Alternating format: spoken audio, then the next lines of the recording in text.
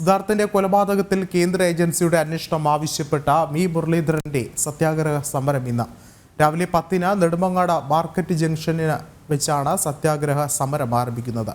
സംസ്ഥാന സർക്കാരും പോലീസും എസ്എഫ്ഐക്കാരായ പ്രതികളെ രക്ഷിക്കാൻ ശ്രമിക്കുന്നതായുള്ള ആക്ഷേപം ശക്തമായ സാഹചര്യത്തിലാണ് സമരം. സിദ്ധാർത്ഥിന്റെ കൊലപാതകത്തിൽ പോലീസിനുമേൽ സമ്മർദ്ദമുണ്ടാകാനുള്ള സാധ്യതയുണ്ടെന്ന് ബന്ധുക്കൾ ആരോപിച്ചിരുന്നു. പ്രതികൾക്കെതിരെ കൊലപാതക കുറ്റത്തിന് കേസെടുക്കാത്തത് അവരെ രക്ഷിക്കുന്നതിന് വേണ്ടിയാണെന്ന ആക്ഷേപവും ശക്തമാണ്. പ്രതികളെ മജിസ്ട്രേറ്റിന് മുന്നിലെത്തിച്ചപ്പോൾ മുൻ എംഎൽഎയും CPM നേതാവുമായ CK ശശീന്ദ്രൻ അവിടെ എത്തിയത് എന്തിനാണെന്ന ചോദ്യം പ്രസക്തമാണ്. പ്രതികൾക്ക് മേൽ കൊലക്കുറ്റം ചുമത്താതിരിക്കാൻ രാഷ്ട്രീയ നീക്കം നടക്കുന്നതായും ആരോപണമുണ്ട്.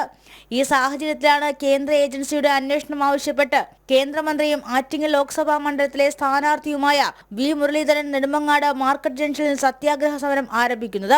CBI അന്വേഷണം വേണമോ എന്ന് ആലോചിക്കുന്നുണ്ടെന്ന് സിദ്ധാർത്ഥന്റെ അച്ഛൻ കഴിഞ്ഞ ദിവസം വ്യക്തമാക്കിയിരുന്നു.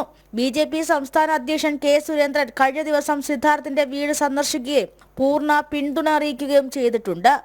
ജനം, തിരുവനന്തപുരം.